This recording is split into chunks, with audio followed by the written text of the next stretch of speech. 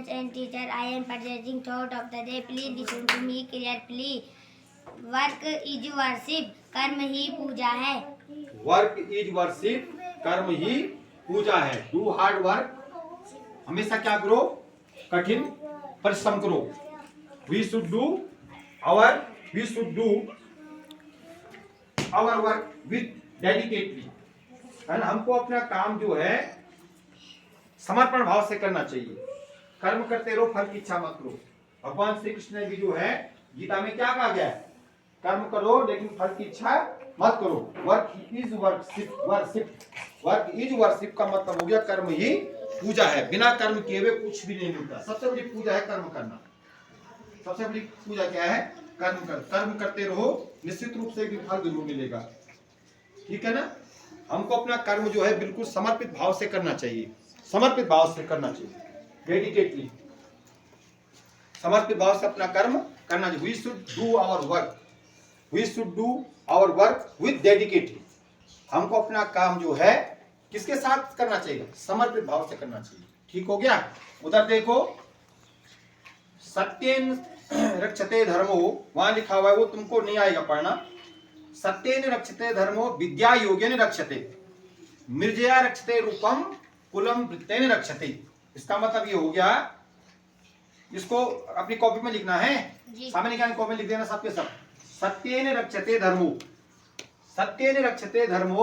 विद्या योगेन रक्षते मिर्जया रक्षते रूपम coulomb वृत्तेन रक्षते. इसका मतलब ये हो गया, सत्य का पालन करने से धर्म की रक्षा होती है.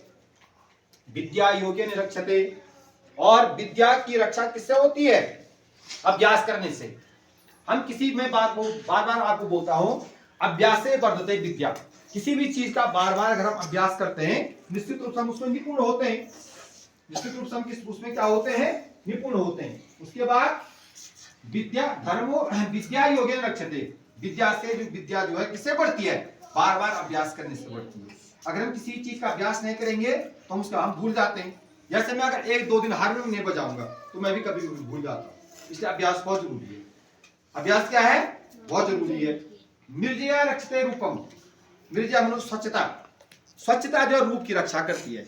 बहुत स्वाणी है ना, बहुत स्वाणी है दिव्या. अब मोहिनी धुलेगी तो क्या स्वाणी दिखेगी स्वाणी है? बहुत सुंदर है, कपड़े गंदे हैं, अच्छी दिखेगा? अच्छा दिखेगा? नहीं दिखेगा ना. तो स्वच्छता जो रूप की रक्षा करती है.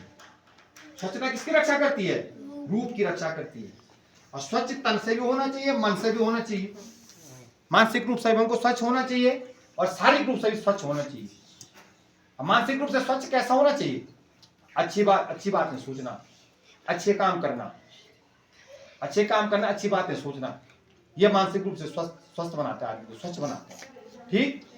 उसके बाद है कुलम वृत्तेन रक्षते, और आचरण जो है कुल की रक्षा करता है. आचरण जो है ना कुल की रक्षा करता है. किसी का आचरण कितना अच्छा है उससे ये पता चलता है इसका कुल कितना बढ़िया है. हमारा आचरण अच्छा है तो इसका मतलब हम अच्छे कुल के हैं, अच्छे घर के लोग हैं. हमारा आचरण गंदा है तो इसका मतलब हमारा कुल भी क्या है? उतना अच्छा नहीं है, गंदा है. ठीक है ना? तो कुलम वृत्तेन रक्षते. अगर हम अच्छा व्यवहार करते हैं, अच्छा आचरण करते हैं तो उससे कुल की रक्षा होती है. क्या होती है? कुल की रक्षा होती है, कुल की पहचान होती है. तो हमको हमेशा कहीं भी जा रहे हैं, कहीं पर भी जा रहे हैं तो अपने व्यवहार से अपना परिचय देना है. कहीं पर गंदी बात नहीं बोलनी, अच्छी बात बोलनी है.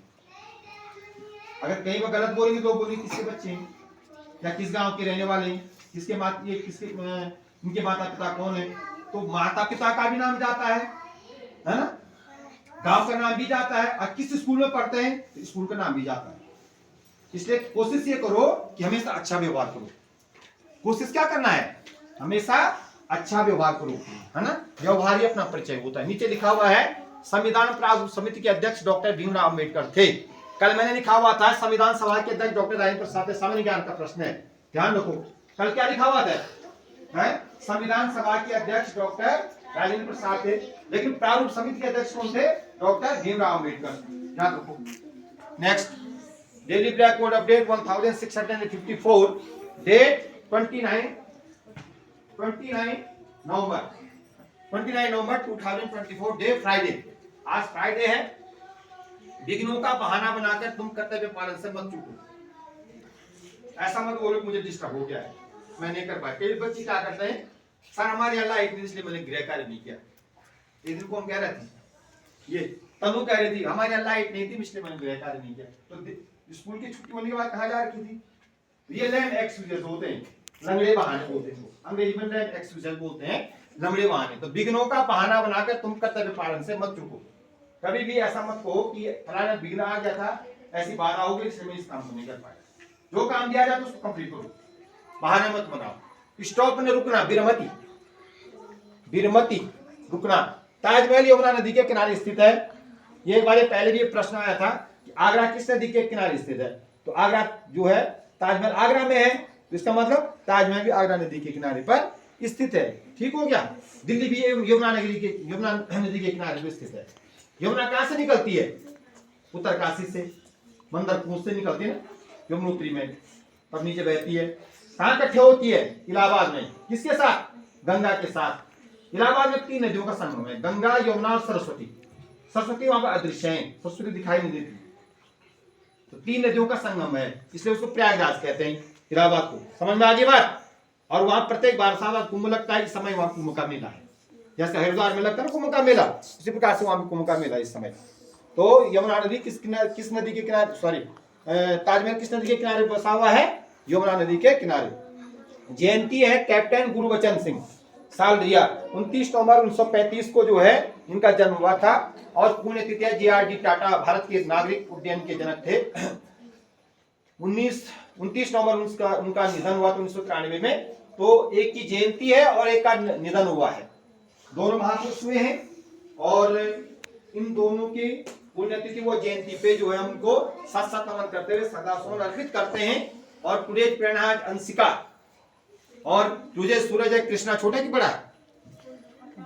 छोटा कृष्णा, बड़ा वाला कृष्णा। ठीक हो गया, इसको बुखार भी आ रहा वाला।